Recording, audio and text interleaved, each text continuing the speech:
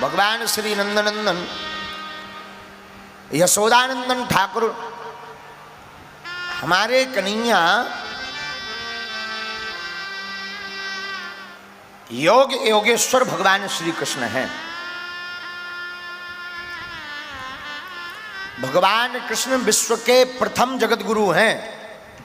हाँ, हमारे ठाकुर जी इस विश्व के संसार के प्रथम जगत गुरु हैं और भगवान कन्हैया प्रथम जगत गुरु है। भगवान ठाकुर जी हमारे प्रथम जगत गुरु हैं, इसलिए भारत देश हमारा विश्व गुरु है।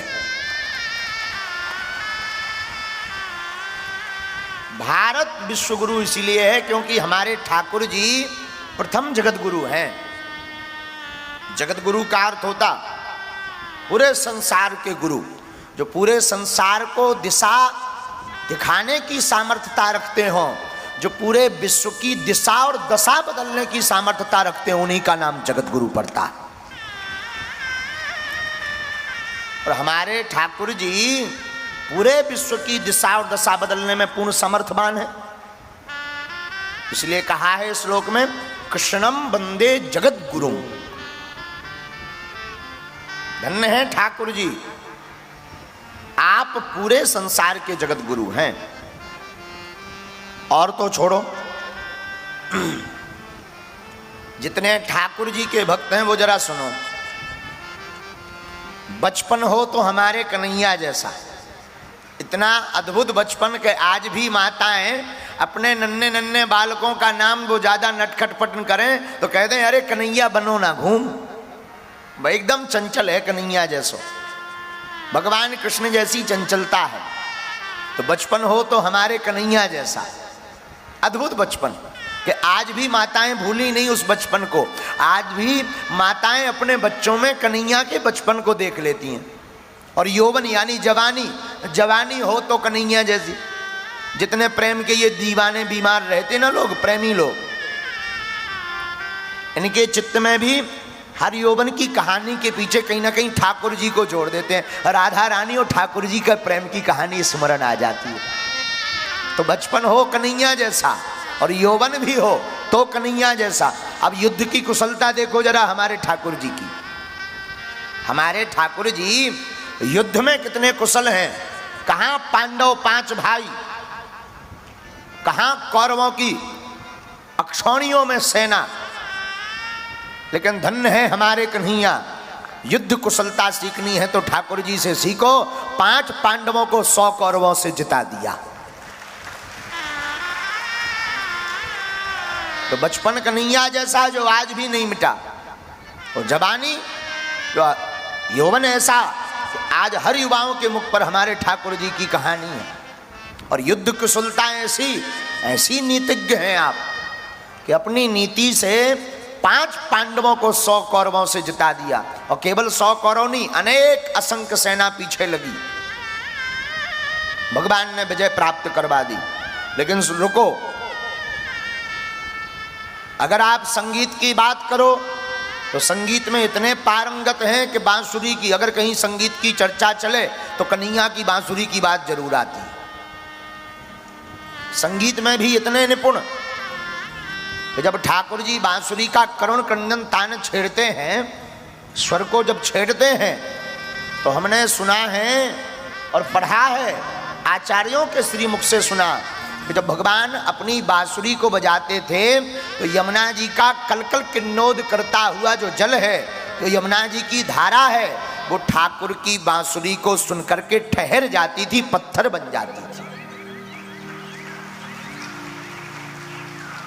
और गोवर्धन के जो पर्वत हैं, हमारे कन्हैया की बांसुरी सुनकर के पाषाण यानी पत्थर पिघल करके धारा बन जाते थे। इतनी अद्भुत मधुर तान थी हमारे गोविंद की।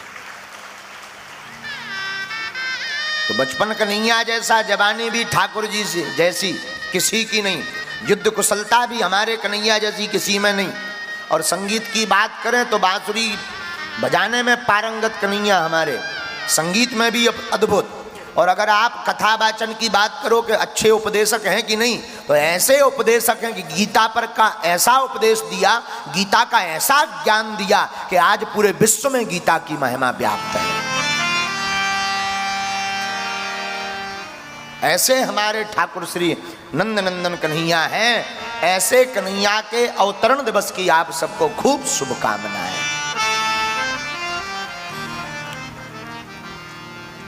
पूर्णता का नाम है कन्हैया। हमारे ठाकुर जी पूर्ण हैं। भगवान कृष्ण व्यापकता का नाम है। पूरे विश्व में व्याप्त हैं ठाकुर जी, केवल भारत में ही नहीं। अनेक विदेशी इतिहासकार भारत की अन्य चीजों को नकारते रहे, उन्हें स्वीकार नहीं किया, पर कभी भी किसी इतिहासकार ने ठाकुर जी का चरित्र पढ़ा तो उन्होंने भगवान कृष्ण को जरूर स्वीकार किया। क्योंकि हमारे कन्हैया व्यापक है। व्यापकता का नाम है कृष्ण, पूर्णता का नाम है भगवान कृष्ण, विराटता का दर्शन है भगवान कृष्ण, संपूर्णता का नाम है भगवान कृष्ण, बोधता का नाम है भगवान कृष्ण, क्षमता का नाम है भगवान कृष्ण, समता का नाम है भगवान कृष्ण, प्रेमता का नाम है भगवान कृष्ण। क्षमतावान भी अद्भुत और लीलाएं इतनी अद्भुत आपकी कि क्या कहना। आपसे ही पूछें,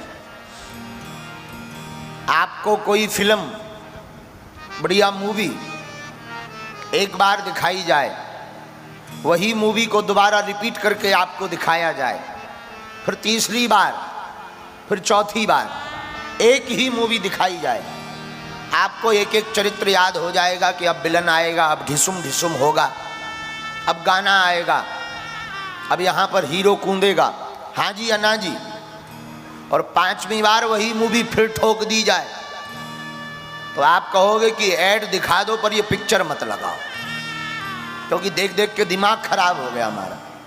इतनी देख ली कि हमें मिनट याद हो गए। हाँ जी अन्ना जी, जोर से बोलो।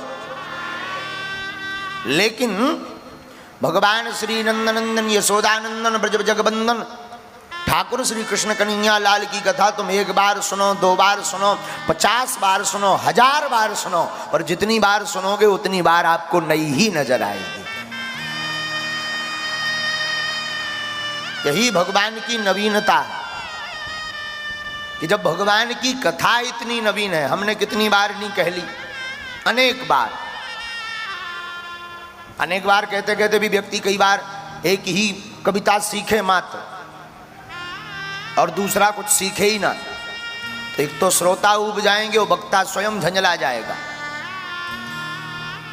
हमारे एक प्रिय शिष्य चंगीलाल,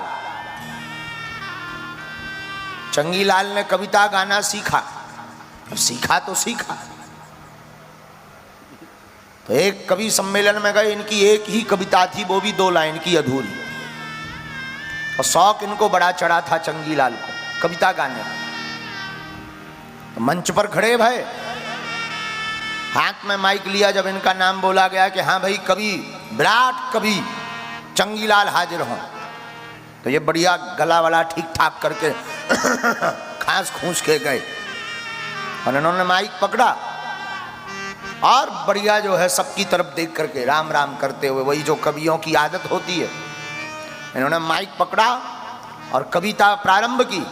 और कविता के बोलते, इस चिलमन से ये झांके तो उस चिलमन से वो झांके। लोग बोले वाह, चिलमन माने पर्दा, इस पर्दे से ये झांके तो उस पर्दे से वो झांके। लोग बोले वाह वाह वाह। अब चंगीलाल को लगा कि कविता हमारी जम गई, तो अब थोड़ा और गला ठीक किया फिर माइक पकड़ा, थोड़ा शरीर को कड़क करके फिर बोले, इस चिलमन से ये झांके तो उस चिलमन से वो झांके। आदमी फिर बोले वाह वाह वाह वाह वाह। चंगीलाल को लगा ज्यादा ही अच्छी लग रही, तो फिर तीसरी बार जरा जोर से, इस चिलमन से ये झांके तो उस चिलमन से वो झांके। आदमी फिर बोले वाह वाह। लोगों को लगा आगे बढ़ेंगे, लेकिन इनकी गाड़ी तो इतने पर ही थी, इन्हें लगा ज्यादा ही कविता जम गई। अब चौथी बार एक पांव आगे एक पांव पीछे, हनुमान जी जैसा रूप बनाया, माइक पकड़ा और शरीर एकदम जकड़ कर, इस चिलमन से ये झांके तो उस चिलमन से वो झांके। अब श्रोताओं का दिमाग खराब हो गया। 80 लाल का बुढ़ा एक टिल्लू गुरु बैठा था, टिल्लू गुरु खड़ा हुआ, बोले लगा दे आग चिलमन में, ना ये झांके ना वो झांके।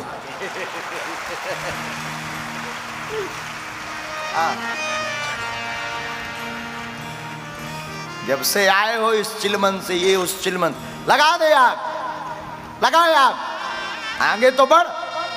चंगीलाल बोले हो गई पूरी। हाँ? ये बात हम आपको इसलिए बता रहे कि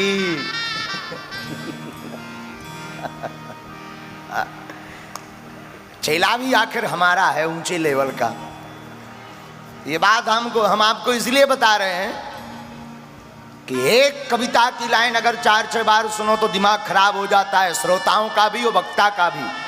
और धन्य है ठाकुर की कथा, हजारों बार हम कह चुके, आप भी हजारों बार सुन चुके, पर हर बार आनंद दुगना बढ़ ही जाता है। यही हमारे ठाकुर जी की विराटता है।